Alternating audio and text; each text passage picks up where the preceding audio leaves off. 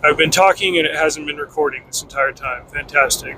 Hey guys, it's Graham. Welcome back to Truckerman Reads. Today we are talking about The Powers of the Earth by Travis Corcoran. I covered this one on Substack a few days ago. I figured I'd talk about it here too.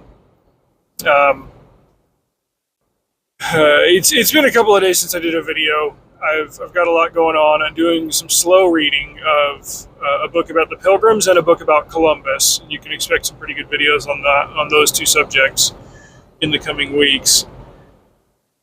On top of that, it's just been an emotionally heavy couple of days. Russell M. Nelson, the president of the Church of Jesus Christ of Latter-day Saints, died late Saturday night, and on Sunday morning, a Latter-day Saint congregation was attacked by a shooter in Michigan, and a couple of people died, a couple of more people got injured, the building burned down, and a lot of families are hurting right now.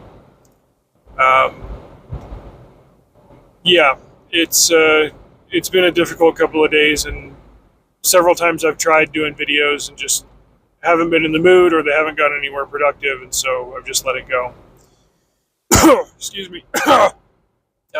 Anyway, Powers of the Earth is I've compared it to like an Ayn Rand book in space. Ayn Rand wrote Atlas Shrugged. That book was an exceptionally long and drawn out argument between the author and the reader. I say argument, but when it's a book, it's really just one-sided. That one is set against an economic decline, as one man who is a maker and a producer and a creator is shackled by the government and the masses who demand that he produce the way that they tell him to, whereas when really he's the only one who knows how to do what he does.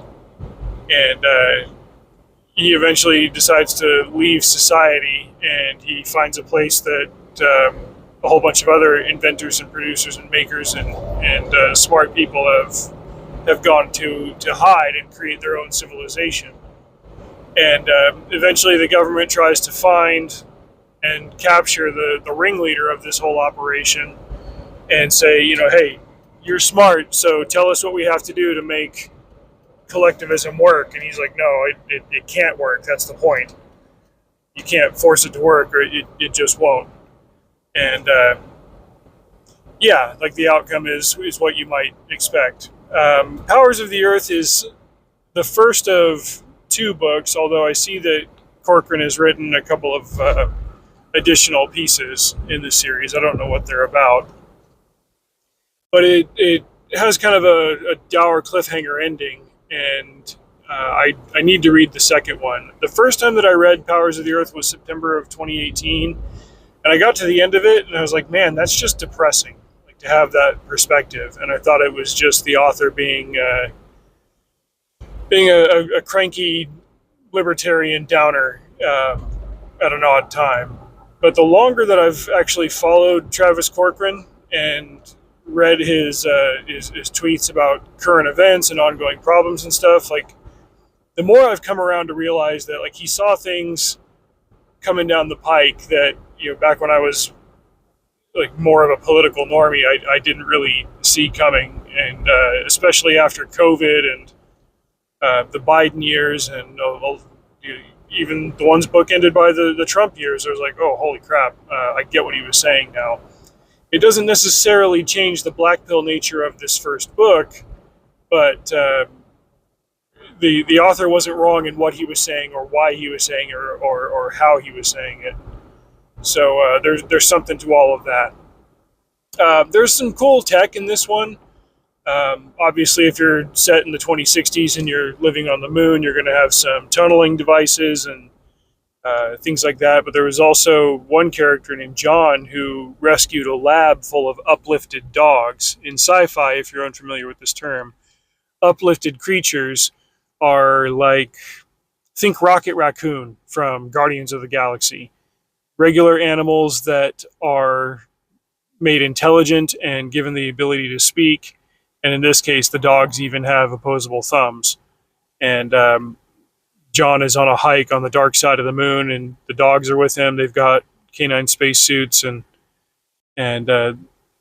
it seems like one of these weird little aside storylines until the storylines converge between John on the dark side with the dogs and Mike, who was one of the main engineers up on the moon. He's an expat from the Earth. He tried running his business and playing by the government's rules until he realized like they were just going to bleed him dry and steal his stuff when he was broke, and so he left. But up on the moon, these engineers and expats, they have access to an anti-gravity engine that they use to shuttle back and forth between the Earth and the moon. And partway through the book, the government is able to steal one of these anti-gravity ships and duplicate the engine and build a fleet of space-going battleships that they will then use to invade the moon. And the book ends on a cliffhanger with the UN and its armies coming to the surface. I've been told, based on the description of the second book, that even though the UN has superior numbers, the lunar expats have superior tech, and so they're able to kind of balance the odds that way.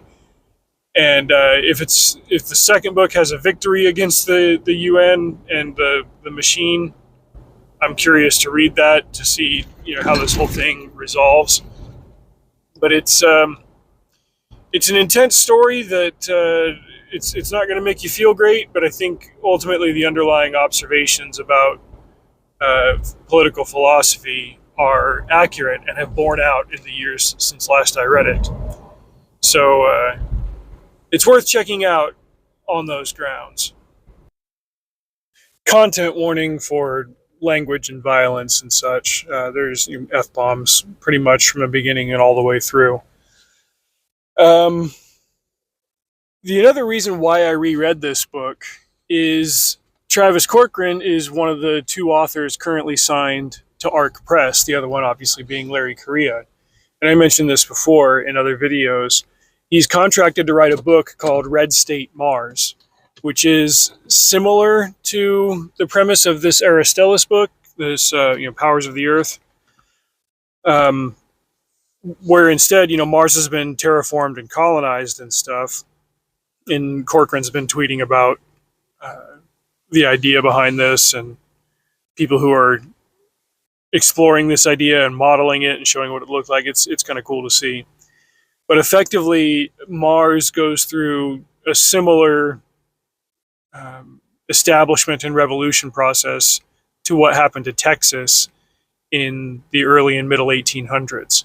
If you're unfamiliar with that, effectively, the Mexican government didn't want to expend resources on settling that area and fighting the Comanches for it. So they allowed settlers to come in, and the Americans did, and they started farming and breaking the place, and they were able to defend themselves from the Comanche and even start to solve the long-standing Comanche problem that the Mexican government had. And they created Texas, and it stood on its own, and Mexico's like, cool, we want that now, yoink. And Texas was like, nope, screw you. And America went to war with Mexico, and Texas had its independence. And I'm severely oversimplifying that. It's just a quick 30,000 foot view of what's going on, so you can understand what Corcoran's writing about with his Red State Mars book. It's effectively doing the same thing. Mars wants to pull away from the Earth politically, and the Earth, from what I understand, is like, no, you belong to us, and conflict ensues. I expect there to be a different tone in the result of this book, mainly because of the ethos of ARC Press, the humans win in the end. Maybe that's even what happens with the sequel to Powers of the Earth, which is called Causes of Separation. And it would be cool to read the second book and see a better ending to that. But it gets me hyped for not just the theory and the pitch and the underlying philosophy of Red State Mars, but also the science in it that Corcoran's going to put in. He's an Ivy League educated engineer. The dude went to Cornell, and he's done a bunch of tech work. He's a homesteader. He knows how to do manual work. He knows how to work with the land, and he spent over a decade on his homestead in New Hampshire. and he posts about that a lot too. Very smart guy. He can be a bit of a blunt object, but over the years of me following him on Twitter, I've gained a great appreciation for his intellect and his objectivity. The guy is even able to check himself and check quote unquote his own side and say, hey, here's something that we're wrong about. Let's take a look at this and see what you have to say about it. So check out Powers of the Earth if it sounds like something you're interested in. And when I know more about Red State Mars, I'll share that here. Drive safe. See you out there.